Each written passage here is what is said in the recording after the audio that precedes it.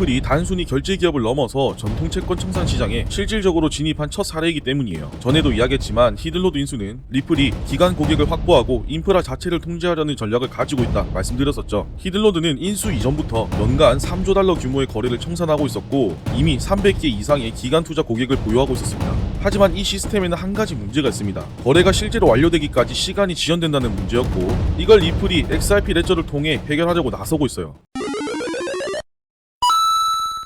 요즘 리플 움직임 좀 복잡하실 겁니다. 겉으로는 늘 하던 걸 계속하는 것처럼 보이지만 안에서는 이미 완전히 다른 흐름이 시작된 거죠. 특히 최근에 보여주고 있는 행보들은 앞으로 어떻게 리플이 나아가고자 하는지 그 방향성에 대해서 힌트를 많이 준 것 같습니다. 오늘 영상에서는 앞으로 꽤 크게 작용할 수 있는 변화 하나 그걸 같이 짚어보려고 해요. 그 전에 구독, 좋아요 누르지 않으신 분들은 꼭 한 번씩 눌러주시고요. 알림 설정까지 해두시면 제가 올려드리는 영상에 대한 소식을 빠르게 받아보실 수 있습니다.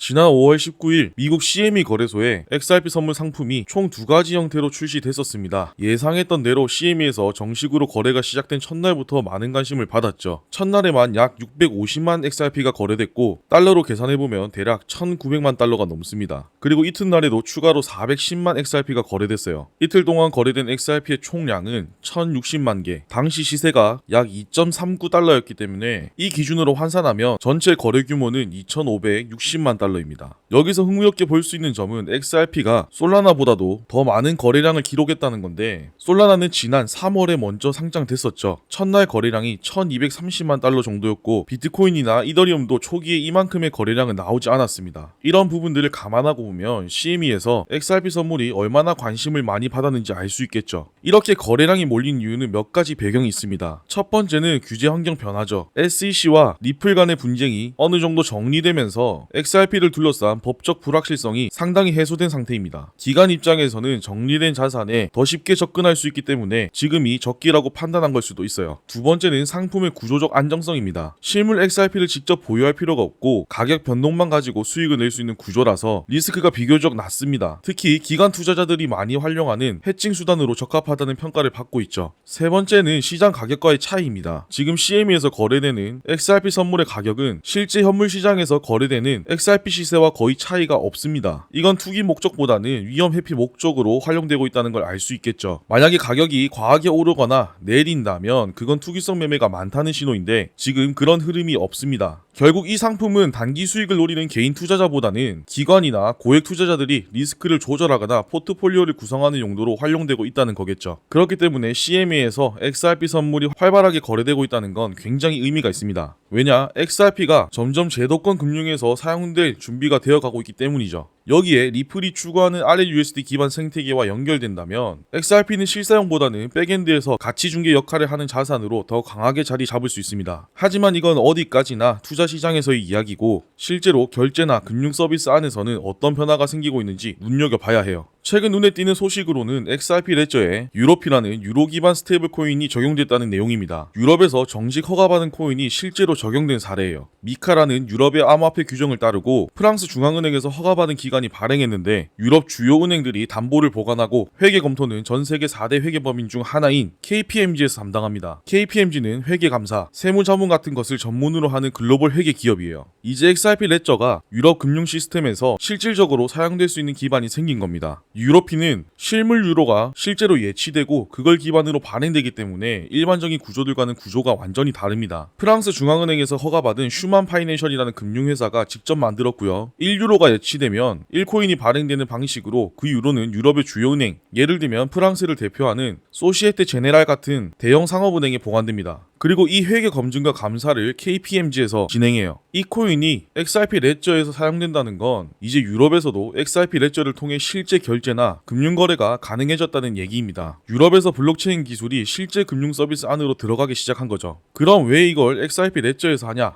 이유는 간단합니다. 다들 잘 아시겠지만 빠르고 싸고 안정적이기 때문이죠. 10년 동안 33억 건이 넘는 거래를 문제없이 처리했고 현재 600만 개가 넘는 지갑이 이 안에서 돌아가고 있습니다. 검증 노드도 200개 이상 유지 중이라 안정성도 검증됐고 트랜잭션 속도는 두말할 것 없이 빠르고 수수료도 거의 없기 때문이죠. 이런 이유로 유럽 같은 규제 환경에서도 XRP 레저는 신뢰받을 수 있는 네트워크로 인정받은 겁니다. 유로피는 그냥 송금에만 사용하는 게 아닙니다. 유로로 실시간 결제도 가능하고 기업 기업 간 거래, 소비자 간 결제도 가능해요. 그리고 더 중요한 건 디파이나 RWA 같은 블록체인 기반 금융 서비스에서도 바로 쓸 수 있게 설계됐다는 점입니다. 이렇게 보면 XRP 레저는 단순한 코인 네트워크가 아니라 금융 서비스 플랫폼처럼 쓰이고 있다는 걸 알 수 있으시겠죠. 지금 유럽만 그런 게 아닙니다. 최근 영상에서도 이야기했지만 미국에서도 스테이블 코인 관련 규제가 본격적으로 움직이고 있어요. 바로 지니어스라고 불리는 법안인데 비록 5월 8일 주요 민주당 의원들의 지지를 얻지는 못했지만 5월 20일 상원에서 찬성 66표,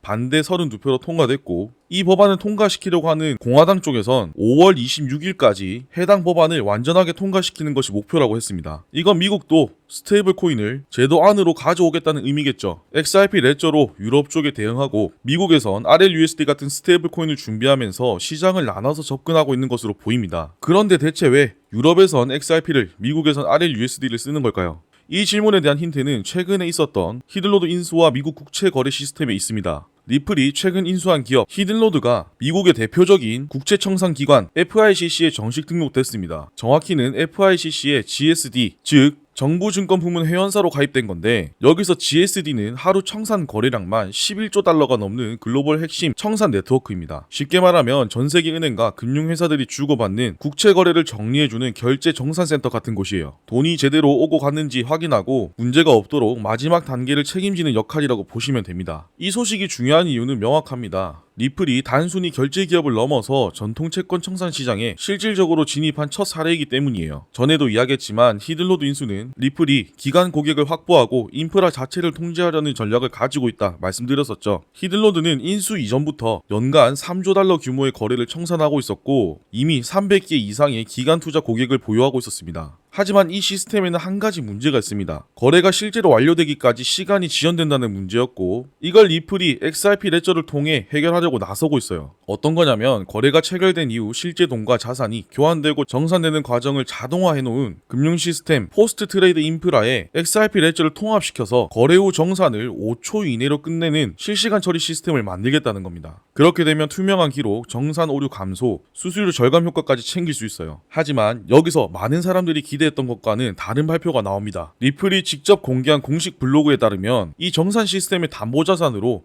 XRP가 아닌 RLUSD를 활용한다는 내용이 명확히 명시되어 있습니다. 그럼 XRP는 어디에 쓰냐? XRP 레저 네트워크 내부에서 수수료 지불용으로만 활용돼요. 이 말은 XRP가 이번 구조에서 핵심 결제 자산은 아니라는 걸 리플이 스스로 인정한 게 아닐까 하는 생각을 하게 만듭니다. 그러다 보니 XRP 커뮤니티에서는 실망이나 불안감을 드러내고 있어요. 하지만 반대로 생각해보면 이건 리플의 사업이 이제는 XRP 생태계를 넘어서 제도권 금융 시스템 자체를 직접 설계하는 단계로 넘어갔다는 신호이기도 합니다. 지금 이 구조는 그냥 블록체인 기술을 활용하는 게 아니라 아예 기존 금융 시스템 한가운데 블록체인을 집어넣은 겁니다. 그래서 규제는 피하고 기관 자금도 훨씬 쉽게 끌어올 수 있는 구조가 된 거죠. 여기서 RLUSD가 중심이 된 이유는 XRP는 가격이 흔들릴 수 있고 법적인 분쟁도 여전히 불안 요소로 남아있지만 RLUSD는 스테이블 코인이기 때문에 가치가 고정돼 있어서 청산 시스템에 적합하다는 거예요. XRP를 여기서 사용하지 않는다고 너무 걱정하실 필요는 없습니다. 어차피 리플은 XRP를 버릴 수 없고 이 모든 게 진행되기 위해서는 필수적으로 있어야 합니다. 즉 XRP는 퇴보가 아니라 본질적인 역할에 더 가까워지는 거고, RLUSD는 여러 국가들과 연결되는 브릿지 화폐 역할을 맡아서 이중 구조로 돌아가는 거죠. 지금 리플이 보여주는 행보들 저는 꽤 의미 있게 보고 있습니다. 누가 앞에 서고 누가 뒤에서 받쳐주는지 그 역할이 분명히 나뉘고 있다는 느낌이 들거든요. 겉으로 보기엔 복잡해 보여도 자세히 보면 이 판은 이미 방향이 정해진 상태라고 봅니다. 결국 중요한 건 겉에 드러나는 이름보다도